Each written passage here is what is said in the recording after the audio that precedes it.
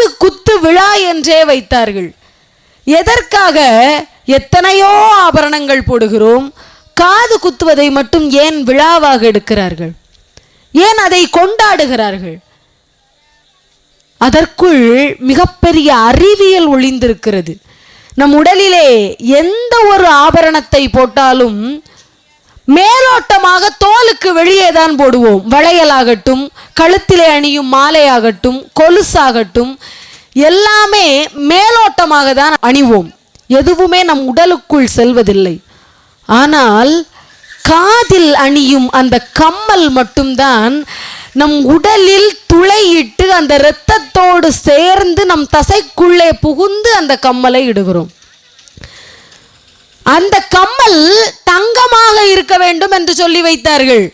தங்கத்தை ஒரு காதை குத்தி நம்முடைய உடலுக்கு உள்வழியாக சென்று வருகிற போது தங்கத்தை போன்று மென்மையான குணம் இயல்பாக வரும் என்று சொன்னார்கள். அதற்காக தங்க கம்மல்களை அணிந்தார்கள். இன்றைக்கு என்ன ஆயிற்று?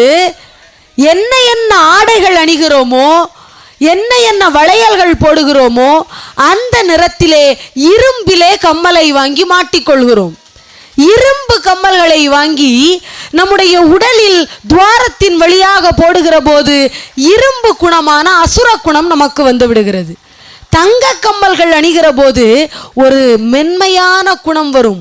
ஒரு சிலரிடம் கூட இல்லாமல் இருக்கலாம், ஆனால் இருப்பவர்கள் கூட தன்னுடைய ஆடைக்கு நிகராக, ஆடையினுடைய நிறத்திற்கு நிகராக இருக்க வேண்டும் என்பதற்காக இரும்பிலே வாங்கி அணிகிறார்கள். தன்னுடைய ஒரு பெண்ணிற்கு பொன்னும் பெண்ணும் சேர்ந்திருக்க வேண்டும் என்றார்கள். அதற்காக தான் அந்த கம்மலை அணிவித்தார்கள்.